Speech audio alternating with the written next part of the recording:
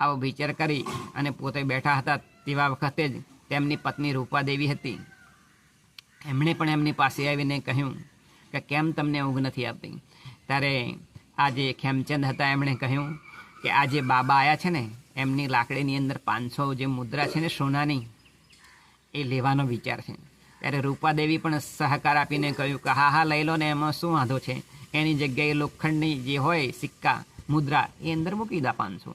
એટલે જે પેલી લાકડી હતી ને એની અંદરથી સોનાની જે મુદ્રાઓ હતી 500 સિક્કાઓ એ આ ખેમચંદ શેઠે રાત્રે મધ્યરાત્રિએ કાઢી લીધા અને એની જગ્યાએ લોખંડના સિક્કા મૂકી દીધા.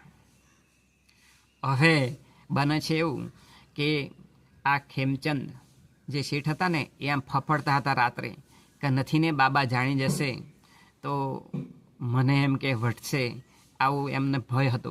જ્યારે વ્યક્તિ એ પોતે